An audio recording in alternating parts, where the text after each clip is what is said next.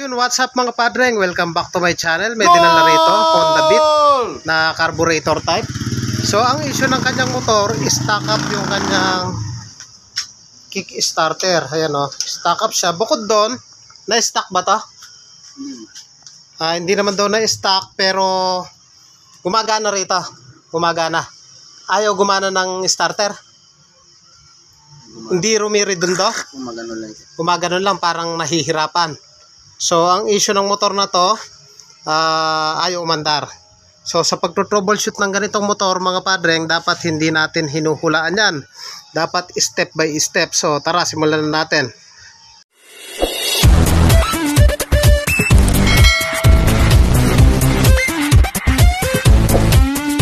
So, ang una natin gagawin, tanggalin na muna natin yung cover. I-check natin yung kanyang high tension wire kung naglalabas ng kuryente dito sa part na to. So, hugutin natin to.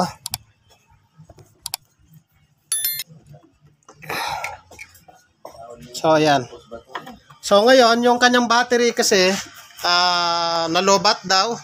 So, chinarge na natin yun, doon sa bangko. So, kabit na muna natin yung kanyang battery. So, yung mga padreng, nakabit na natin yung kanyang battery. Yung susi. Pakikuha ng susi. Ayan o, shoutout kay padreng. So, ito yung kanyang susi. I-try na muna natin. I-start. Busina muna natin. I-try natin i-start. Ayun. So, may start na siya mga padreng. I-check natin yung kanyang kuryente. Kung naglalabas, tanggalin na natin yung kopa o yung cap noise. O, tanggalin na muna natin to para ma-expose natin yung kanyang kuryente. So, yung mga padreng, ito na yung kanyang high tension wire. Padreng, paki-push mo yung button, yung starter. Check natin kung may kuryente. Oops, okay na, okay na. Mga padreng, sa pagkakataong ito, may kuryente siya at napakalakas. So, bakit kaya ayaw umandar ng motor ni padreng? Ano yung issue? So, tatlong bagay lang yan mga padreng para umandar yung ating motor. Unang-una, yung ating gasolina, yung ating compression, yung ating kuryente, compression, tsaka gasolina. So, ang gagawin natin dahil may kuryente, targetin na natin agad yung kanyang carburetor. So, tanggalin natin yung kanyang bangko, yung kanyang compartment para ma-expose natin yung kanyang carburetor. So, tanggalin ko na muna. So, tanggalin natin yung 8mm doon, dito 10mm. So, tanggalin natin yung kanyang CDI. Ilusot natin dito sa butas. So, yun na nga, na-expose na natin yung kanyang carburetor. So, ang gagawin natin dyan, tanggalin na natin dito yung 10mm. Tapos, yung kanyang wala na palang lock dito sa side. So, wala na. Dito tayo magtanggal. At tugutin natin yan. So, tanggalin na muna natin itong mga hose. Yan, tanggalin na muna natin itong isang hose. Ito. Tapos yung isang hose.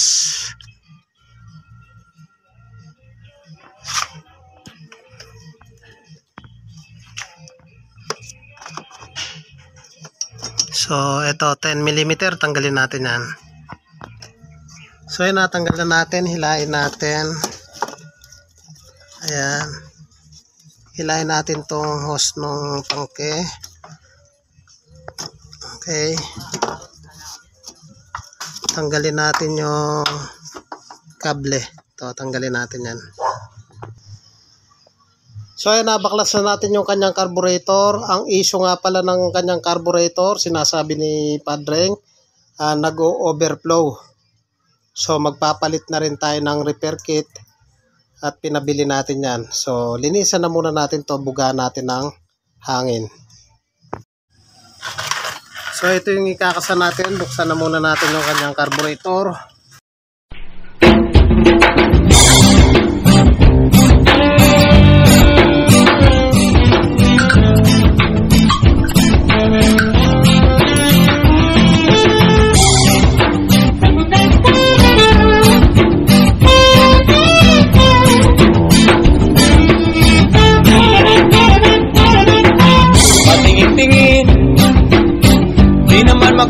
makabili, patingin-tingin, di makapanood ng sine.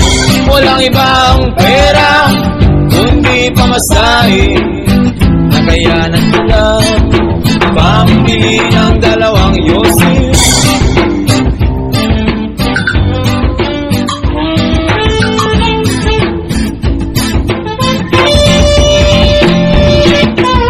Amoy-amoy, di naman makakain, busog na sa tubig, gutom ay lilipas din. Patuloy ang laboy, walang isipin, kailangang magsaya, kailangan magpangin. Nakakainip ang ganitong buhay, nakakainis ang ganitong buhay, nakakainip ang ganitong buhay, nakakainis ang ganitong buhay.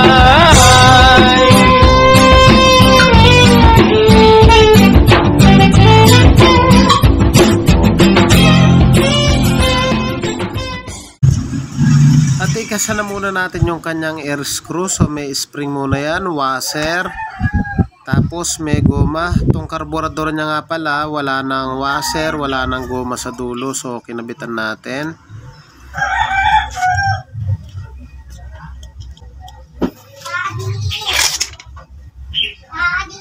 Oh.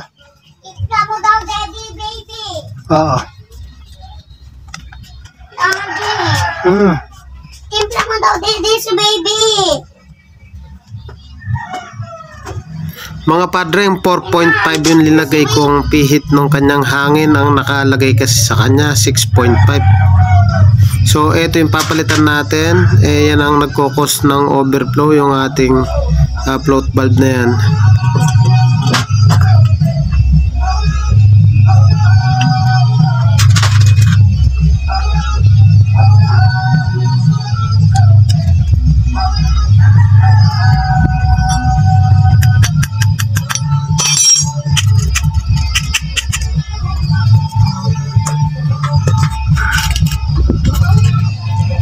So isunod natin yung kanyang slow jet. So mahaba yung nabili niya. So doon pa rin tayo sa luma. So gana muna natin ng hangin.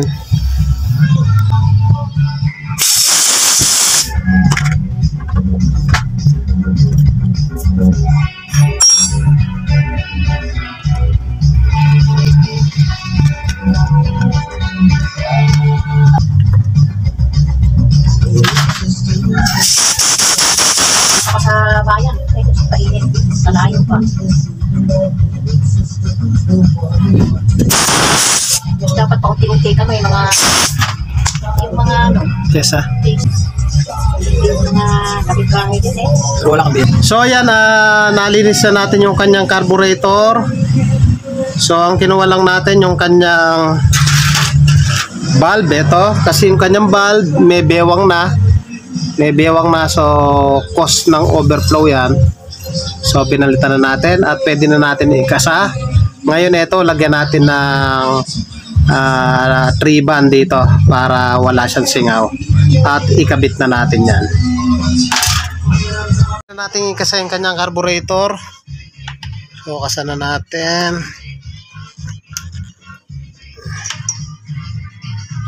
So ikasa ko na muna. So ayan, nakakasa na natin mga padre. Kabit na natin yung dalawang 10mm tornilyo. Ayan. Tapos higpitan natin.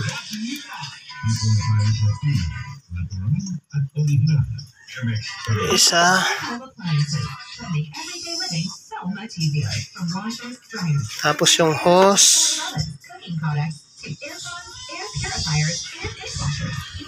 Yung hose dito. Tapos yung hose ng gasolina.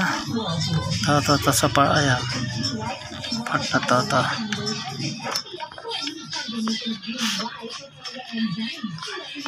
So ito tong hose. Tapos tong hose dito.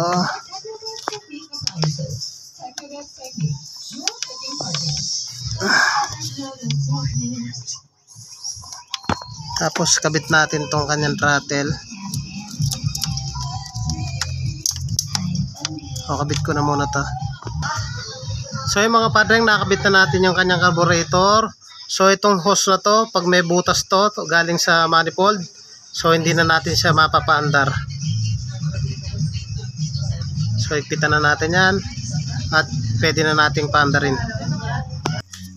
So yung kabit na natin yung kanyang bangko, compartment, battery para mapaandar na natin. Mga padreng, nakakabit na natin yung compartment, yung CDI, yung battery. I-try na muna natin paandarin.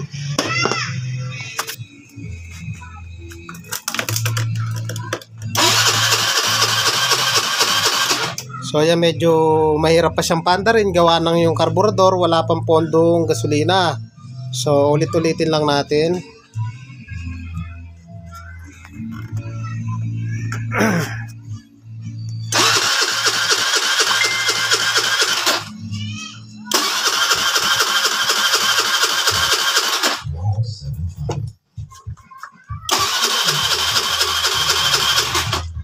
Isa pa.